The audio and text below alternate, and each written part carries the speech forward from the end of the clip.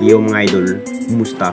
Mandrake mga sports, sabi nga pala ating pag-usapan, Barangay Hinebra, Chris Newsome, trade. Welcome to Hinebra at Jeremiah Gray.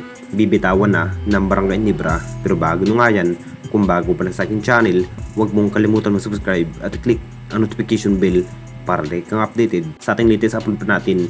So pagamat hugot pa rin ng ating Barangay Hinebra ng bagong player ngayong season dahil hindi pa rin sapat sa naging bawat performance ng ating Barangay Hinebra kung saan natalo pa rin sa ibang kupunan at na parang naiiba na rin ang kanilang bawat estilo. Ito na nga ba ang inihintay ng lahat kung ano pa nga ba ang magiging dapat gawin kung hanap pa nga ba ng bagong player. Mas lalo pang hinahandaan ng ating Barangay Hinebra ang kanilang chemistry para mas lalo pang lumakas kapag makakarap ang ibang kupunan.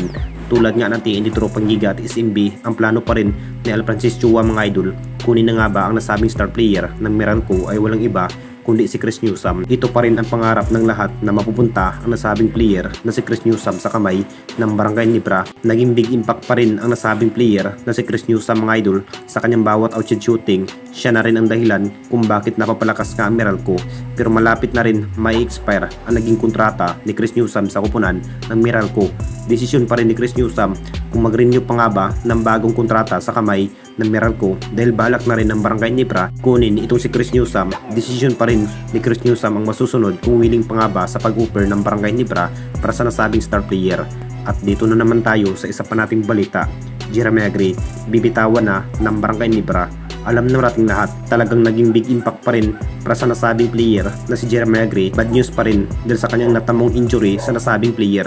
Hindi na rin 100% ang healthy ni Jeremiah Gray kung bakit balak na rin ng ating Barangay Hinebra bibitawan si Jeremiah Gray at papalitan ng bagong player. Nakita naman nating lahat na hindi na rin masyadong ginagamit si Jeremiah Gray kapag matinding laban ang kinakailangan ng ating Barangay Hinebra. Ito na nga ba ang inihintay ng lahat kung ano ang magiging desisyon ng ating Barangay Hinebra para sa kanya kay Jeremiah Gray. Kung bibitawan na nga ba itong si Jeremiah Gray, kung sakaling healthy pa rin si Jeremiah Gray, talagang malaking factor pa rin ang kanyang bawat outside shooting at rebound dahil may katangkaran rin si Jeremiah Gray. Pero sa tingin ng mata ng Hinebra management, talagang kailangan pa rin papalitan na mas bago itong si Jeremiah Gray. Magugulat pa rin ang lahat dito mga idol kung makapagdesisyon si Alfrancis Chua na bibitawan si Jeremiah Gray ngayong season. Mukhang matagalan pa rin bago makapaglaro dahil kinakailangan pa rin na magpapagaling muli sa guto injury dahil galing pa rin si Jeremiah Gray sa mataas na pahinga dahil sa injury last year.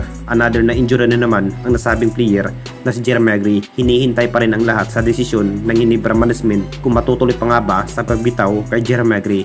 Anong masasabi ninyo mga idol tungkol sa ating video?